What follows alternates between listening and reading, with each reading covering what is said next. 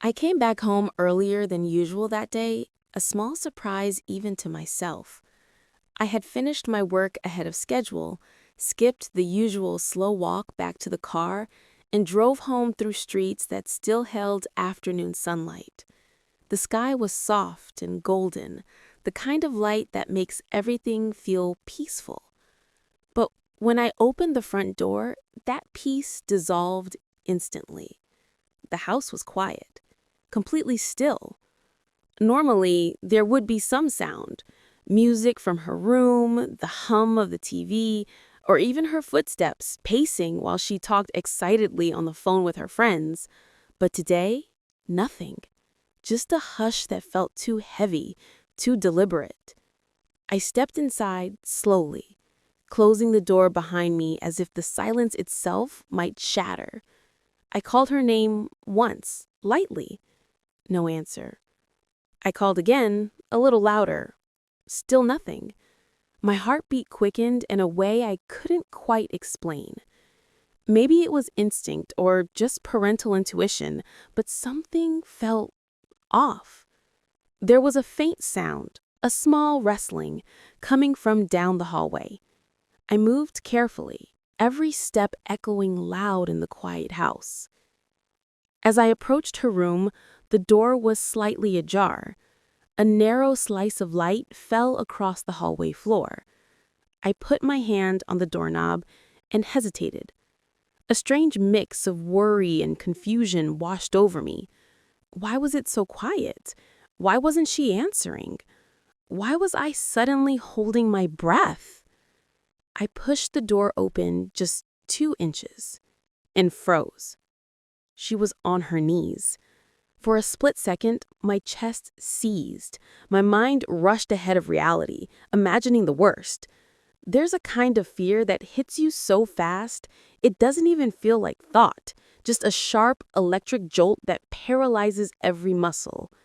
I stood there, breath caught somewhere in my throat, terrified of what I might be seeing, what I might have walked into, what it might mean. But then the moment stretched. I blinked, and suddenly everything became clear. She wasn't doing anything dangerous or inappropriate. She wasn't in trouble. She wasn't hurt. She was surrounded by papers, dozens of them, scattered across the floor in messy circles. There were note cards, scribbled paragraphs, motivational quotes, small highlighted lines. A small mirror leaned against the bed, reflecting her determined expression, and she was kneeling simply because she had run out of space on the bed and floor. She looked up at me, startled by the sound of the door opening. Her eyes widened, cheeks turning pink. "Oh, Dad, I I didn't hear you come home." I exhaled so deeply, it felt like I had been holding my breath for minutes. Relief washed over me like a wave, followed immediately by embarrassment. The fear I'd felt was disproportionate, irrational. But that's what fear does. It arrives without warning and paints the worst possible picture first. "What are you doing?" I asked, still catching my breath. She laughed nervously, brushing hair away from her face. "I'm practicing my speech for school. I have a presentation tomorrow. I was trying out different postures and breathing exercises. Kneeling makes me feel grounded." She held up a note card. "And I'm learning how to be confident. You know, how to be a strong woman who speaks without shaking." Something inside me softened. The tension unwound from my shoulders. She wasn't hiding anything. She wasn't doing anything wrong. She was just growing, learning, trying, pushing herself past her fears. I stepped fully into the room, the earlier panic settling into something gentler, almost bittersweet. I sat on the edge of the bed, watching her gather the scattered notes. She looked so determined, so focused, so earnest in her effort to become the kind of person she wanted to be. "I didn't mean to scare you," I said quietly. She smiled, still embarrassed, but comforted. "It's okay. I was just practicing. I want to get this right. It's for a big grade, and I don't want to look nervous in front of everyone." I nodded slowly. I understand, and I'm proud of you, really. Her eyes softened then, and for a moment, she wasn't the child I used to tuck in at night. She was growing into someone new, someone with goals, fears, dreams, strengths, vulnerabilities, someone who was still my daughter, but also her own person. We talked for the next hour. She showed me her speech, stumbling through the first few lines until her voice found rhythm. She asked for advice, listened carefully, practiced her stance and breathing as I repeated supportive words I didn't realize she needed so much. And I realized something too, something important. Sometimes, as parents, we misinterpret what we see. We forget that our children's world is expanding, becoming complicated, layered, emotional. They aren't hiding from us, they're discovering themselves. And sometimes the moments that scare us are simply growing pains misunderstood in an instant of fear. Later that evening, as I watched her rehearse one last time, I felt grateful. Grateful that everything was okay. Grateful that she trusted me enough to show me her vulnerability. Grateful that a moment of fear turned into a moment of connection. She stood tall, delivered her speech with confidence, and smiled at the end. And I thought to myself, she is learning how to be a woman, but more importantly, she's learning how to be herself. Strong, brave, thoughtful, determined. And I'm learning how to be the parent she needs.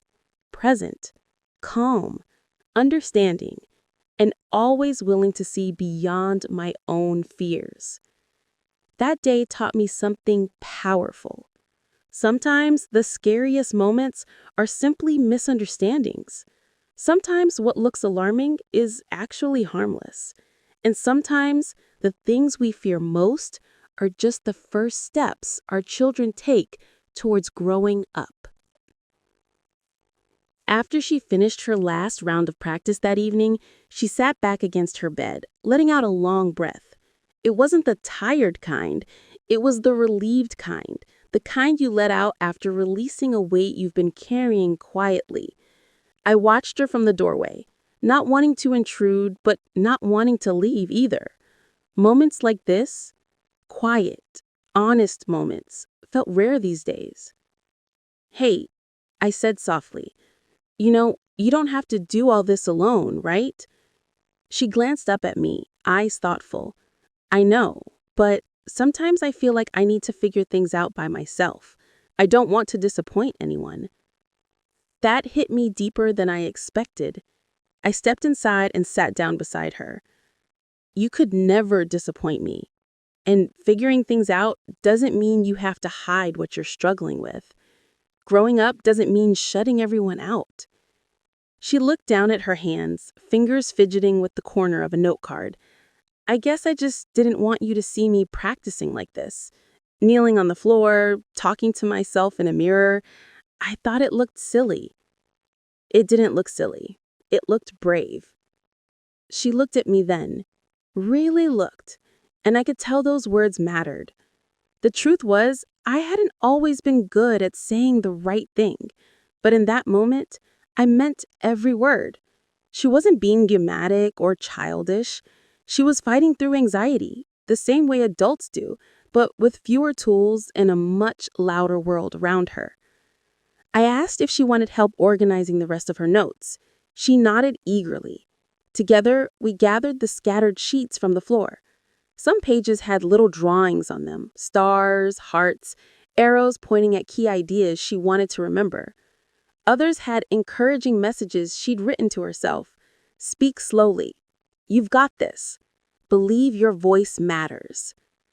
As I read them, something tightened in my chest. When did she learn to comfort herself like that? When did she learn to carry fear without letting it show? We sorted everything into a neat stack, and she tucked it into a folder with a calmness I hadn't seen earlier. She seemed lighter, like sharing the moment with me had taken some pressure off her shoulders. "Dad," she said suddenly, "can I ask you something?" "Of course." Were you ever scared to speak in front of people? I mean, when you were my age? I almost laughed, but not because the question was funny. It was because I remembered exactly how terrified I used to be. The sweaty hands, the shaking voice, the racing heart that made me forget half my words. Absolutely. I was terrified. My voice used to crack so much that people thought I was on the verge of crying. I hated every second of it. She blinked. Really? Really? I said. It took me years to get comfortable, and even now, sometimes I still get nervous. She seemed relieved to hear that. Maybe she needed to know that she wasn't the only one who struggled. You know, being brave doesn't mean you're not scared.